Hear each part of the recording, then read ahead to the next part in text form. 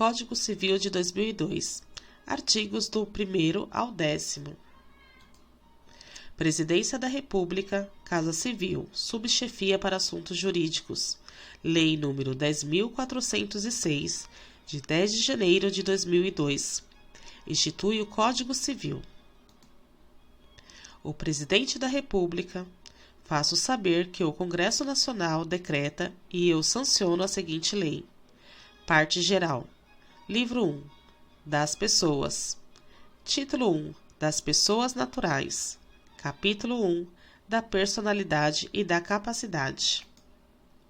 Artigo 1º.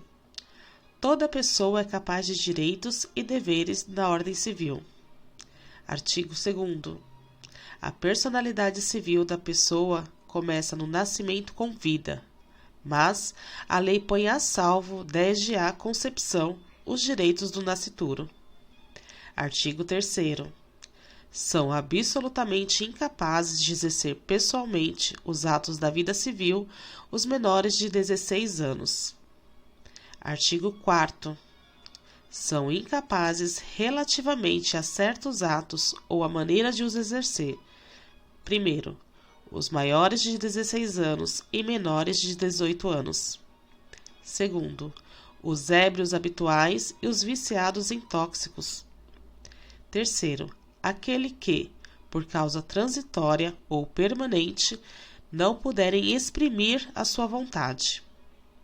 Quarto, os pródigos. Parágrafo único. A capacidade dos indígenas será regulada por legislação especial.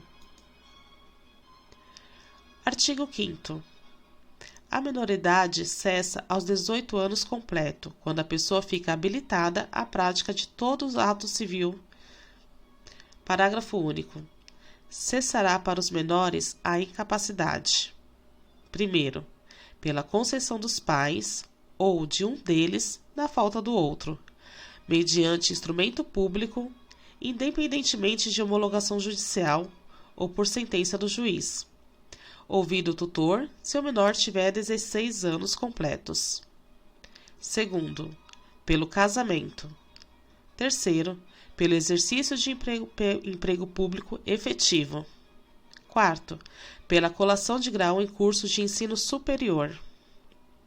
Quinto, pelo estabelecimento civil ou comercial ou pela existência da relação de emprego, desde que, em função deles, o menor, com 16 anos completos, tenha economia própria. Artigo 6º. A existência da pessoa natural termina com a morte.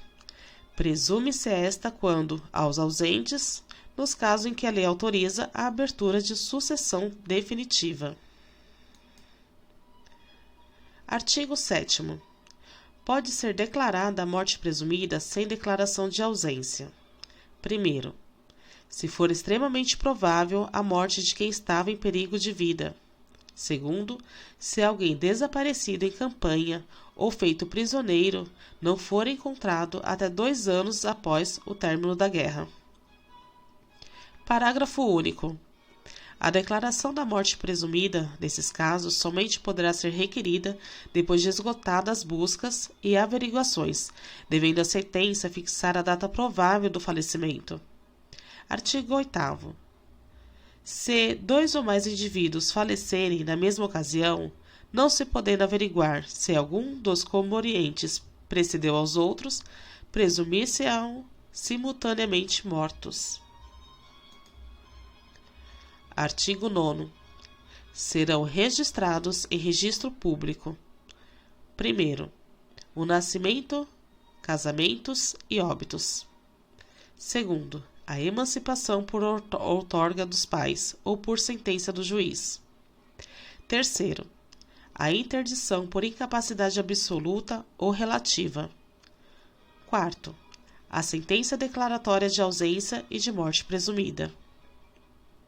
Artigo 10.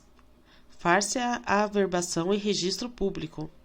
Primeiro, das sentenças que decretam a nulidade ou anulação do casamento, o divórcio, a separação judicial e o restabelecimento da sociedade conjugal.